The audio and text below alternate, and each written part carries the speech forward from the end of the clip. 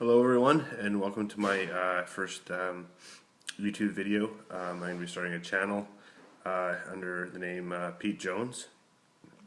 I was diagnosed with schizo-effective disorder about 11 years ago or so now, and ever since it's been a big struggle. It's only recently, within the past, well, I guess 3 years now, that I haven't been in hospital at least once a year because of a psychotic break. Each one of those years, sometimes twice a year in hospital. I can't remember the dates and the years very well. It's all a bit of a blur. But I'll start off by saying exactly why I'm starting this channel. I volunteer at the BC Schizophrenia Society, which is out in Richmond, on Stevenson Highway. If anybody's from BC or from the Lower Mainland, and there's some really great people there. I enjoy going there. I look forward to the once a week that I do go there, usually on Mondays. Anyways, this past Monday, I answered a call because everyone else was in a meeting, and it was from a gentleman. I wish I could remember his name now, but he was calling from Quebec, and he seemed pretty anxious, and I started talking to him, and he told me over the phone that he was a paranoid schizophrenic, and I said to him right away, well, I've had plenty of psychotic breaks myself, and even though my diagnosis is schizoaffective, I've definitely had quite a few breaks with reality, and instantly he calmed down and started talking to me, and I think felt better that he was talking to someone who had been through a lot of what he had been through too, and I'd actually been thinking about it before I got that call on Monday about how how easy it is to talk to someone who has gone through the same things in life as you have, and just how all-encompassing and consuming a psychotic break is. Unless anybody's been through one, it's really hard to understand what it's like and where your mind's at and stuff like that. And so I'm really hoping that we can get a little online community going on here, and I can get a lot of feedback, and people can talk to me and I can talk to them. Hopefully in the future, maybe some Skype calls with a bunch of people that have been through the same thing, and almost have a little bit of a therapy session, but a therapy session that's run by people that have been through the whole psychotic episode thing, because we have a common bond, and I think that we will find, at least I hope, that there'll be a lot of connections and a lot of similarities to our stories, and kind of a sense of belonging almost, because for me, one of the worst things is literally feeling alone, very, very alone in this world, and like nobody understands me, like I can't have a true connection with anyone really, and all those things that go along with that. I mean, it's so important to have a connection with people. I mean, like our nature is to be social, I believe, and I do feel better when I am social, but I do know at times I've been very, very removed and isolated and lonely and all those things, and it's at those times when you really need someone, or you need to talk to someone.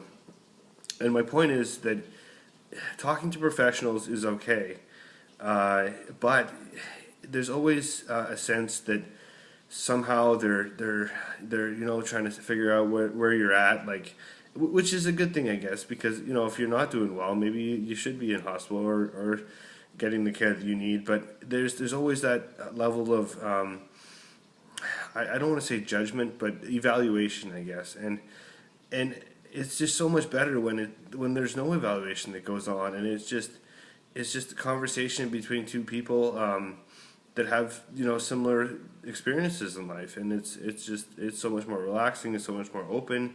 You don't have to guard what you say, and you can really be who you want to be, and I think that's the essence of. Well, I think that's a really key part to recovery, is to be able to go to those places that you have been, and almost exercise the demons. I know it's kind of cliche, but that's kind of where I believe you need to go to in order to really get on that path towards recovery, and feel strong about it, and be confident in yourself again. Because that's one thing that was definitely destroyed for me, was my confidence. I didn't know, when I do think back to it, I wasn't understanding when I was starting to become ill, which, like I've said, has happened several times, at least 10 psychotic breaks. I couldn't understand what people were saying. I couldn't pick up what people were saying, and I just got frustrated, and I didn't know what to do at the time, because I didn't know which way was up. I didn't know how to get myself into a state of mind where I could really engage. And without being able to engage in anything, you can't really enjoy anything. I mean, even if you're in some sort of relaxed meditation, which I know helps for some, if you have like thoughts just racing through your head, it's not very peaceful, and it's not very therapeutic. So that engagement is really important, and I think you have to get to a certain place before you can really start your recovery.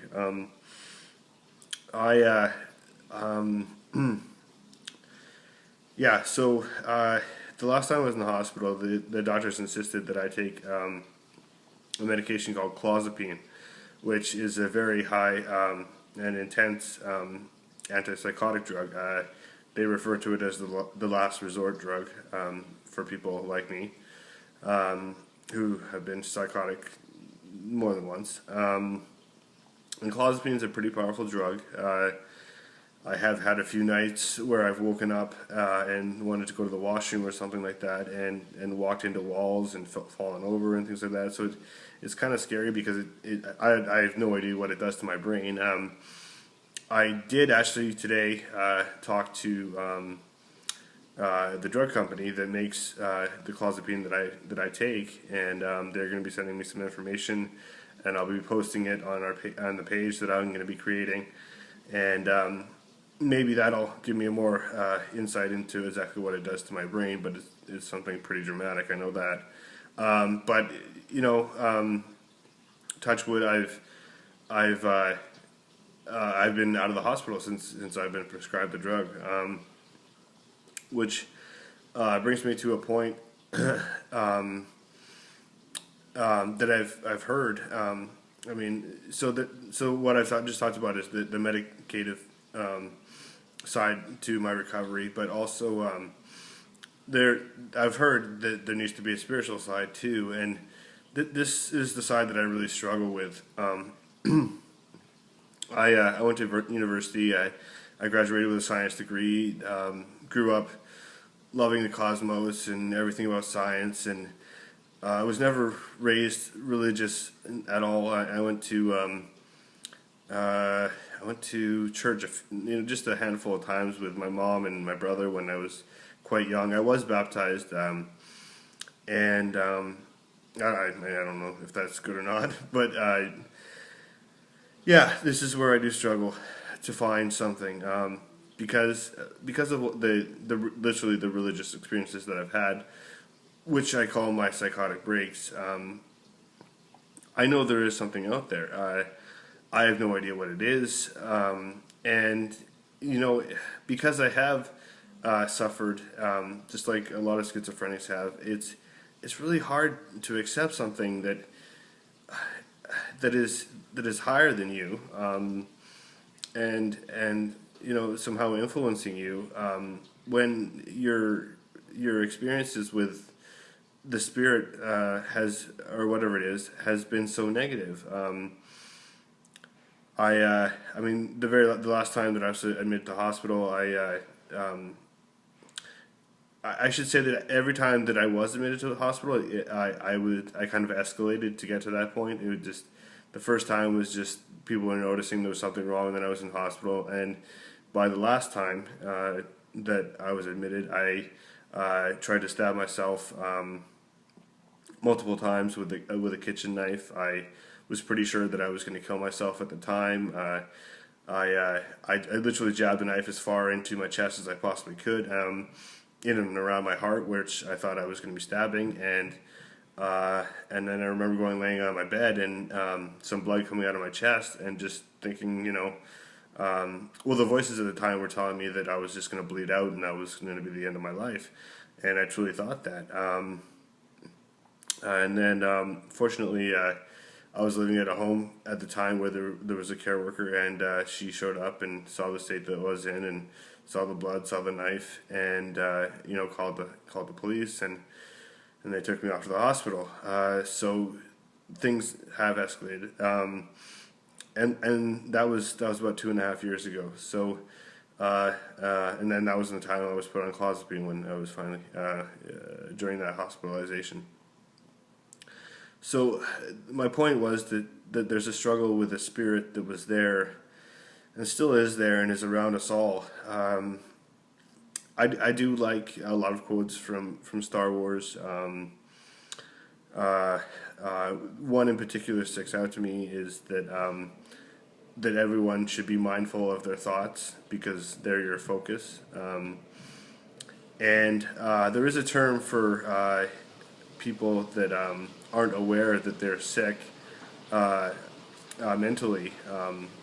They just kind of go along with their lives, and they literally are not aware of their illness, which is a horrible thing because you might do something really really scary, dangerous, and nobody around you would really know that there's anything wrong.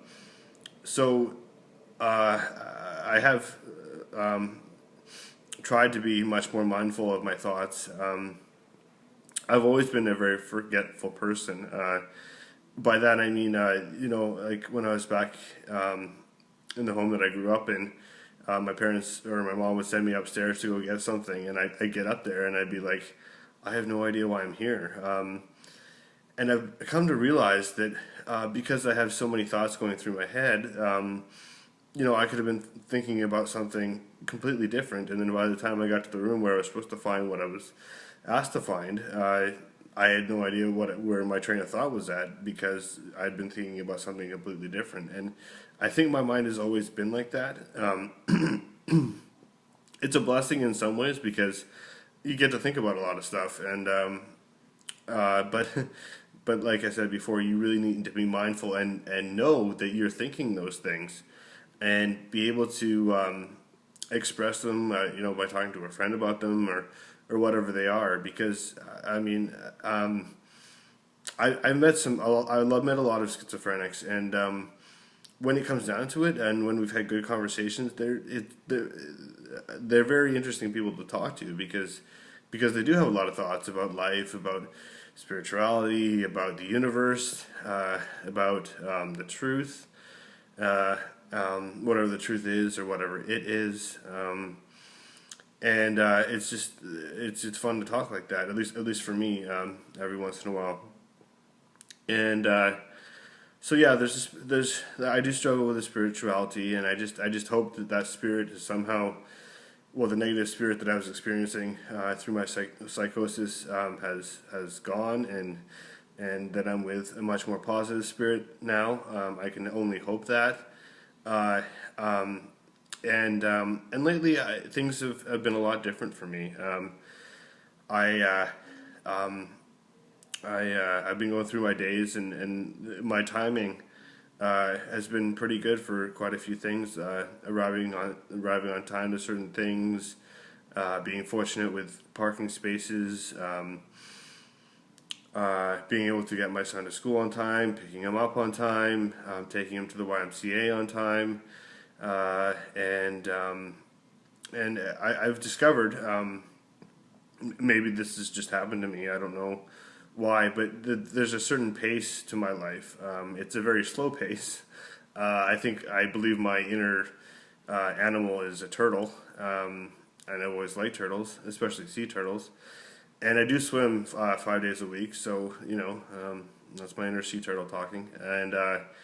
And if you move at this certain pace, not too fast, not too slow, just as good as you can make it, I've found that you don't have to rush. You don't have to be there.